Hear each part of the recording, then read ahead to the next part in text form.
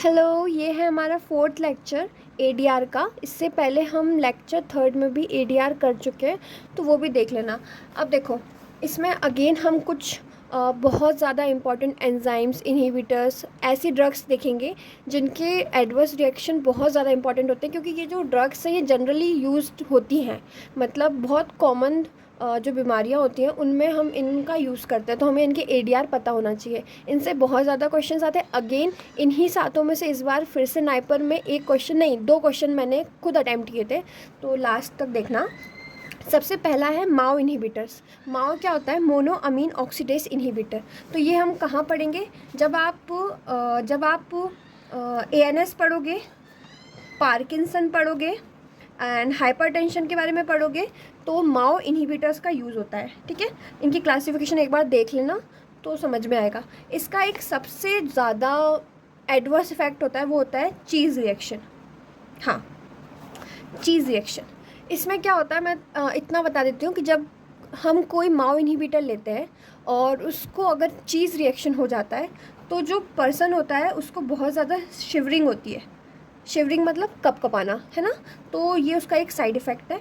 अब इसको याद कैसे रखेंगे? माओ इनहिबिटर, माओ का माँ, ठीक है। जब हमें पैसे चाहिए होते हैं, पापा से कुछ काम करवाना होता है, तो सबसे ज़्यादा बटर हम किसको लगाते हैं? माँ को लगाते हैं ना। तो माँ से याद रखना बटर, बटर यानी कि चीज़ रिएक्शन। और हाँ, बार्टर सिंड्रोम में कंफ्यूज मत होना। बार्टर सिंड्रोम अपन ने क्या पढ़ा था? इंदौरी बटर, है ना? तो वो एंडोमेथासिन का था, तो इसमें कंफ्यूज मत होना। ये अलग ट्रिक है, ये अलग ट्रिक है। एक दो बार रिवाइज करोगे तो चीज़ें बिना ट्रिक के याद हो जाती है, बट स्टार्टिंग में याद करने के लिए हमें थोड़ी सी ट्रिक्स चाहिए होती है। नेक्स्ट देखो, एसी इनहिबिटर। एसी इनहिबिटर्स क्या होते हैं? Angiotensinogen converting enzyme inhibitor. ये हम कहाँ पढ़ते हैं? ये हम पढ़ते हैं हाइपरटेंशन में, जब हमें ब्लड प्रेशर कम करना होता है। ठीक है, एसी बेसिकली अपने कौन से सिस्टम में काम करता है, ये भी याद रखना, रास सिस्टम, है ना? मैं ये बताती जा रही हूँ कि कहाँ पर आप पढ़ोगे, क्योंकि जब आप पढ़ने बैठो ना तो आपको पता होना चाहिए जो याद करा ये कौन सी क्लासिफिकेशन का है। मेरे बताने के अब तुरंत बाद अपनी कोई भी क्लासिफिकेशन की बुक खोलना और उसमें देखना कि मैं सही बता रही हूँ या गलत बता रही हूँ। हमेशा आंख बंद करके पढ़ाई मत करो, चेक करो कि भाई उन्हें सही बताया है कि नहीं बताया है। ठीक है, अब देखो, इसका जो एसी इनहिबिटर्स होते हैं, इनका एक बहुत प्रोमिनेंट साइड इफ़ेक्ट होता है, वो होता है ड्राई कफ। ठीक है, अब देखो, यही वाला क्वेश्चन एग्जैक्टली यही वाला नाइपर में आया था। ठीक है, और इसका आंसर था ड्राई कफ। तो ये इंपॉर्टेंट हो जाता है। ये हमें लगेगा कि अरे कफ ही तो है, कफ कैसे इतना इंपॉर्टेंट हो सकता है, लेकिन ये होते हैं। कुछ चीज़ें बहुत इंपॉर्टेंट होती है क्योंकि ये बहुत प्रोमिनेंट है। जैसे ही कोई एसी इनहिबिटर लेता है, उससे 90% चांसेस होते हैं कि उसको ड्राई कफ हो जाता है। तो ऐसी चीज़ें हमें याद रखनी पड़ती है। अब देखो, इसे कैसे याद रखोगे? टेंशन। जब किसी को टेंशन होती है तो आपने देखा होगा अक्सर वो खांसने लगता है। अब कैसी टेंशन? मान लो घर वाले सवाल कर रहे हैं, कुछ गड़बड़ कर दी उसने, तो उसको टेंशन हो जाती है, और उससे बचने के लिए वो क्या करते हैं? कफ करने लगते हैं, मतलब खांसने लगते हैं। ठीक है, तो उससे याद रखना ड्राई कफ। अब देखो, नेक्स्ट है वॉरफरिन। वॉरफरिन कौन सी है दवाई? ये अपनी यूज़ होती है एज एन एंटीकोगुलेंट। एंटीकोगुलेंट क्या होता है? जब ब्लड को हमें जमाने से रोकना होता है, मतलब कोगुलेशन से रोकना होता है, तब हम एंटी कोगुलेंट लेते हैं, है ना? तो वॉरफरिन, हेपरिन, ये सारी एक एंटी कोगुलेंट ड्रग्स है। तो वॉरफरिन का साइड इफेक्ट होता है पर्पल टो सिंड्रोम। ठीक है, और ये एक टेराटोजेनिक से मतलब एक टेराटोजेनिक है। टेराटोजेनिक वो दवाइयाँ होती हैं जिनको अगर प्रेग्नेंट लेडी ने खा ली तो उनका जो बच्चा होता है, फीटस होता है, उसमें एबनॉर्मलिटी आती है। इसका मतलब क्या हुआ कि किसी भी प्रेग्नेंट लेडी को वॉरफरिन नहीं दिया जाता, है ना? ठीक है, अब इसको याद कैसे रखेंगे? Warfarin purple toe syndrome. तो देखो, ये मैंने एक बेबी बना के रखा है, इसके पैर देखो यार, ये पैर कैसे है? पर्पल, है ना?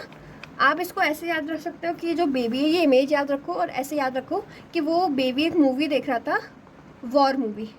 ठीक है, इससे आप याद रख सकते हो। एक और तरीका याद रखने का कि अक्सर आपने महाभारत वगैरह सीरियल में देखा होगा कि वॉर मतलब जानते हो ना क्या होती है? लड़ाई। अक्सर आपने ना महाभारत में देखा होगा कि शाम के टाइम पे जब सूरज ढल जाता है तो हमेशा वॉर बंद कर देते हैं। तो इससे आप याद रख सकते हो, सूरज ढलना मतलब आसमान हो जाएगा पर्पल, पर्पल से वॉरफेयर। इतना काफ़ी होता है एमसीक्यू टिक करने के लिए। आपको पूरी कहानी नहीं रखनी, सिर्फ आपको 4 एमसीक्यू में जल्दी से दिमाग लगाना है। अच्छा जब हमने ऐसा बताया था, कुछ तो बताया था, टिक लगाओ, आगे बढ़ो, काम खत्म। आंसर सही होते, कन्फ्यूजन का सवाल ही नहीं होता है। अब देखो नेक्स्ट है अमीनो ग्लाइकोसाइड। अब मैं ये जो बता रही हूँ aminoglycoside, sulphonamide, chloramphenicol, penicillin, ये क्या है? ये सारी की सारी आपको पढ़ने को मिलेंगी 6 सेम में, ठीक है। 6 सेम का जो एंटी माइक्रोबियल चैप्टर आएगा उसमें आपको ये सब पढ़ने को मिलेगा। अब देखो अमीनो ग्लाइकोसाइड क्या होता है कि अमीनो ग्लाइकोसाइड, अम्मी, अम्मी मतलब मम्मी, अम्मी जब मना करती है, जब मान लो हमने अपनी मम्मी को कुछ बोला कि हमें ये चाहिए वो चाहिए वो चाहिए, और मम्मी ने मना कर दिया, तो हम सुनने से मना कर देते हैं, हमें कुछ सुनाई नहीं दिया, आपने मना करा है पर हमको कुछ सुनाई नहीं दे रहा, जब तक वो हाँ नहीं बोलेंगे हमें कुछ सुनाई नहीं देता, ऐसा होता है ना। तो उससे याद रखना ओटोटॉक्सिसिटी, ओटोटॉक्सिसिटी क्या होता है? ये एक डिफेक्ट है हियरिंग का, कानों में। मतलब किसी ने अमीनो ग्लाइकोसाइड खाया और उसको खाने के बाद उसका एडवर्स ड्रग रिएक्शन ये आया कि उसको सुनने में दिक्कत होने लगी, इसको बोलते हैं ओटोटॉक्सिसिटी, है ना। तो ये एक बहुत इंपॉर्टेंट साइड इफेक्ट है, ये अक्सर कर आ जाता है अमीनो ग्लाइकोसाइड का। नेक्स्ट है सल्फोनामाइड। सल्फोनामाइड के एस से याद रखना स्टीवन जॉनसन सिंड्रोम, ये भी बहुत ज़्यादा इंपॉर्टेंट है। इसको तो बिना ट्रिक्स के आप अपनी वॉल पे लगा लो। ये जो 4 चीज़ें मैंने लिखी है ना, ये एज इट इज़ आपको याद होनी चाहिए, सपनों में भी आना चाहिए। आप वॉल पे लगाओ, आप कहीं पे भी लगाओ, पर ये पता होना चाहिए। फिर भी सल्फोनामाइड के एस से याद रखना स्टीवन जॉनसन सिंड्रोम। नेक्स्ट है क्लोरमफेनिकोल। क्लोरमफेनिकोल इसको आप ऐसे पढ़ो, कलर, क्लोरा कलर, है ना, कौन सा कलर? ग्रे कलर, ठीक है। नेक्स्ट है पेनिसिलिन, ये सब बहुत इंपॉर्टेंट है, ये 5 स्टार ड्रग्स है, ठीक है। नेक्स्ट है पेनिसिलिन। तो पेनिसिलिन ऐसे याद रखना, किसी ने अपने हाथ में पकड़ा था ब्लैक पेन, कौन सा पेन? Black pen. अभी मेरे पास ब्लू ही है, चलो ये रहा ब्लैक। किसी ने अपने हाथ में पकड़ा था ब्लैक पेन और पढ़ते पढ़ते इसको अपने मुंह में डाला, तो उसकी जो टंग है वो कौन से कलर की हो जाएगी? ब्लैक, ब्लैक टंग। पेनिसिलिन का साइड इफेक्ट है ब्लैक हेयरी टंग। ये मैं आपको एक डायग्राम बना देती हूँ, ये किसी की टंग है, ये उसके जो छोटे छोटे से हेयर्स होते हैं, मतलब इसमें क्या होता है ना, बेसिकली जो टंग होती है, टंग पे हेयर डेवलप हो जाता है। इसका अगर आप सर्च करोगे इमेज, मैंने फ़ोन लगा के रखा है इसलिए मैं दिखा नहीं पा रही हूँ, आप एक बार गूगल करना ब्लैक हेयरी टंग, तो आपको दिखेगा उसकी पूरी जो टंग होती है ना, उस पर छोटे छोटे ब्लैक कलर के हेयर्स डेवलप हो जाते हैं, है ना। और वो किसका साइड इफेक्ट है? पेनिसिलिन का। तो ये थी हमारी नेक्स्ट 7-8 ADRs। अगर अच्छा लगा तो प्लीज़ मुझे बताना, क्योंकि मुझे समझ में नहीं आ रहा आप लोगों को पसंद आ रहा है नहीं आ रहा। आप मुझे अपने जेन्युइन कॉमेंट्स बताना, और अगर ADR की और चाहिए तो मुझे पार्ट 3 के लिए भी कॉमेंट कर देना।